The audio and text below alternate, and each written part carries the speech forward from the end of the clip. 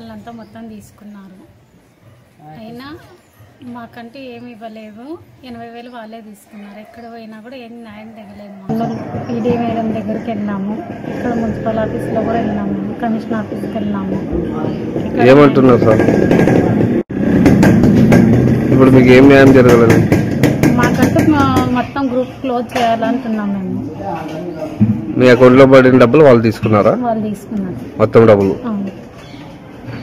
ఎక్కడ కంప్లైంట్ చేసినారమ్మా ఈ విషయం పైన?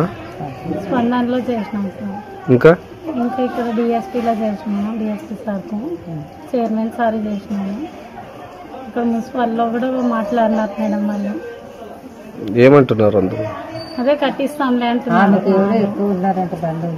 మీ ముగ్గురు డబ్బులు అకౌంట్లో పడితే వాళ్ళే అడ్డం పెట్టి తీసుకోండి.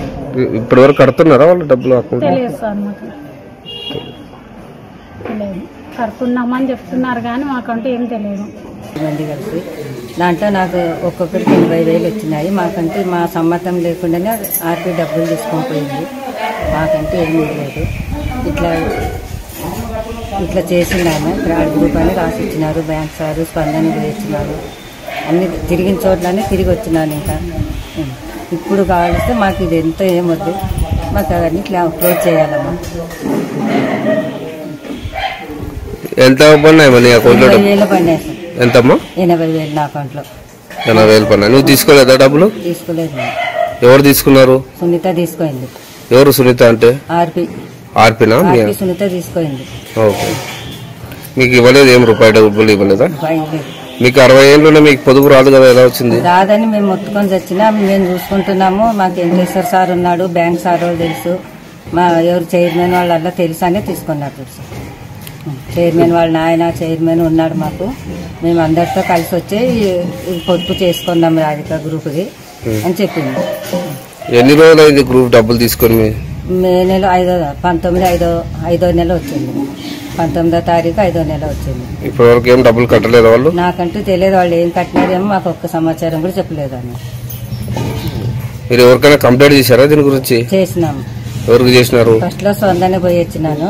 మెప్పిన వాళ్ళంతా వచ్చి చేసినారు. వాళ్ళు కూడా ఇదే చెప్పినారు, మొత్తం అమౌంట్ కట్టేసి పోవని చెప్పినారు వాళ్ళకు. అక్కడ కూడా గొడవలు జరిగినాయి స్పందన నుంచి వచ్చిన తర్వాత. రెండోసారి డిఎస్పీ పోయింది స్పందనలో పోతే. ఎస్ఐతో పోతే ఎస్ఐ లేదని ఏఎస్ఐతో పిలుచుకొని పోయి నన్ను మాట్లాడించినారు. ఎవరు స్పందించలేదా? ఎవరేమనలేదు. అదే అంటున్నారు, నీకు ఎందుకు అవసరమా నీకు అని వాళ్ళు కూడా అంటున్నారు. ఎట్లా చేరుతీవి, నీకు 60 ఏళ్ళు ఉండే కదా, నీకు సిగ్గులేదా అంటున్నారు వాళ్ళు. నిన్నే తిడుతున్నారు. నీకు 60 ఏళ్ళు ఉండే, బాగానే డబ్బులు తీసుకొని వడ్డీకి ఇచ్చుకున్నావు నువ్వు, ఇప్పుడు చూస్తే ఇట్లా మాట్లాడతావా? మీరు డబ్బులు తీసుకుని మీరు వడ్డీకి ఇచ్చినారా వాళ్ళే తీసుకున్నారు? నేను అసలు ఎవరికి వడ్డీ ఇచ్చే పరిస్థితే నాకు దగ్గర లేదు. నాకే లేదు తినేకి, వడ్డీకి ఆడిస్తాను. సునీత అందరూ మా వల్ల మొత్తం తీసుకుంది. అసలు మీకు 60 ఏళ్ళ వాళ్ళకి పొదుపు రాదని తెలిసి కూడా ఎట్లా పోయినావు? మరి ఆమెనే ప్రెజర్ చేసింది. నాకు తెలుసు వద్దని చెప్పినాను, బలవంతంగా చేసింది ఆమె. నీకెందుకు మేముంటాము అని చెప్పించాడు. మేముండి నడుపుతాం దీన్ని. వెంకటేశ్వర సారే సైన్ చేసి ఆయన ఇప్పించినాడు చూడు ఆ రోజు బ్యాంక్. ఎంతమంది డబ్బులు తీసుకున్నారు ఇట్లా? మా వరకు అయితే మా ముగ్గురు. అక్కడ ఎవరు తీసుకోయిందో కూడా నాకు తెలియదు. ఎవరెవరు ఉన్నారు సభ్యులు అనేది కూడా తెలియదు. ఆ సభ్యుల గురించి కూడా నాకు తెలియదు. ఎమ్మెగనూరు పట్టణ పరిధిలోని మున్సిపాలిటీలో రాధికా గ్రూప్ సంబంధించిన వారికి ఒక్కొక్కరికి 80,000 రూపాయల చొప్పున డబ్బులు పడినాయి. కాకపోతే అందులో ఒక ఆమె సరస్వతి అనే ఆమెకి దాదాపు 70 సంవత్సరాలు. మరి ఆమెకు కూడా బ్యాంకు వారు లోన్ మంజూరు చేశారు. మరి ఎమ్మెగనూరు గేట్ 1 మున్సిపాలిటీ అనే దానికి ఏమన్నా 10 సంవత్సరాలు కలెక్టర్ గారు ఏమన్నా అనుమతి ఇచ్చారేమో మాకేం తెలియదు. కానీ మరి 80,000 డబ్బులు తీసుకున్న ఆయమ్మ 80,000 మరి ఇతరులుగా మరి దాదాపు 70 ఏళ్ళ దగ్గర ఉన్న వాళ్ళు కూడా డబ్బులు శాంక్షన్ అయ్యి ఆ డబ్బులంతా మరొకరు తీసుకొని మేము కట్టుకుంటాం, మీరేం కట్టొద్దండి, ఇక మీరు గ్రూప్ లీడర్ అయిన దానికి మీకు 10,000 ఇస్తామని వాళ్ళకి సలహా ఇచ్చి ఆ రాధికా గ్రూప్ వాళ్ళు డబ్బులు తీసుకున్నారు. మరి ఇలాంటివి ఎమ్మెగనూరు మున్సిపాలిటీలో